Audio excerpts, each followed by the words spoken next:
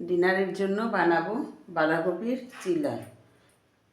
তো নিলাম 1 কাপ বাঁধাকপি কুচোনো, নিলাম গাজর কুচোনো, দিলাম পেঁয়াজ, ধনেপাতা, কাঁচা লঙ্কা কুচোনো, আদা কুচোনো,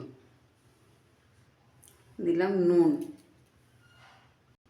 দিলাম হলুদ গুঁড়ো, দিলাম লঙ্কার গুঁড়ো, দিলাম বেসন, দিলাম চালের গুঁড়ো,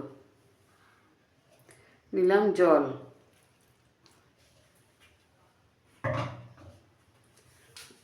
দিয়ে ভালো করে মেখে নেব।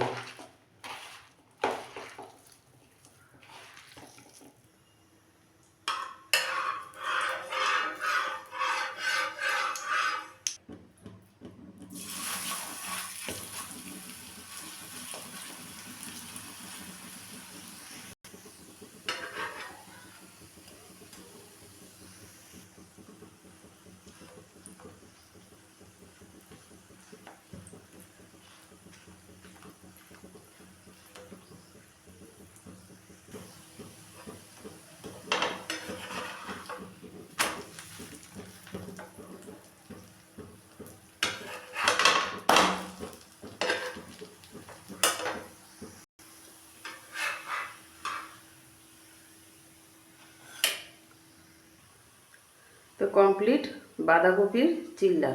এটা ব্রেকফাস্টেও যেমন ভালো লাগে, এটা ডিনারের জন্য ভালো। তো আর সেই সাথে বাচ্চাদের জন্য তো খুবই উপকার।